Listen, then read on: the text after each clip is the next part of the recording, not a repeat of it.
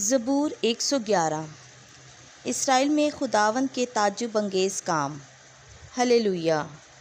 میں صادقوں کی مجلس میں اور جماعت میں اپنے سارے دل سے خداوند کا شکر کروں گا۔ خداوند کے کام عظیم ہیں اور ان سب کے لیے قابل تفتیش ہیں جو ان میں مسرور ہیں۔ اس کی سنا جلالی اور پرحشمت ہے اور اس کی صداقت ابد تک قائم ہے۔ اس نے اپنے عجائبات کو قابل یاد ٹھہرایا ہے۔ خداوند رحمان اور رحیم ہے۔ اس نے اپنے ڈرنے والوں کو خوراک دی۔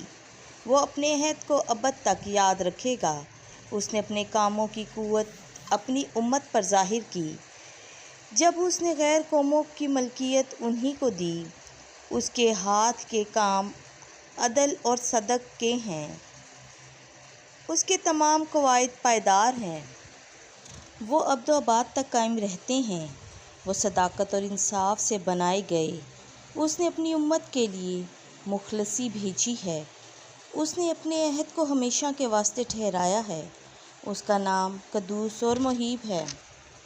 خداوند کا خوف حکمت کا آغاز ہے۔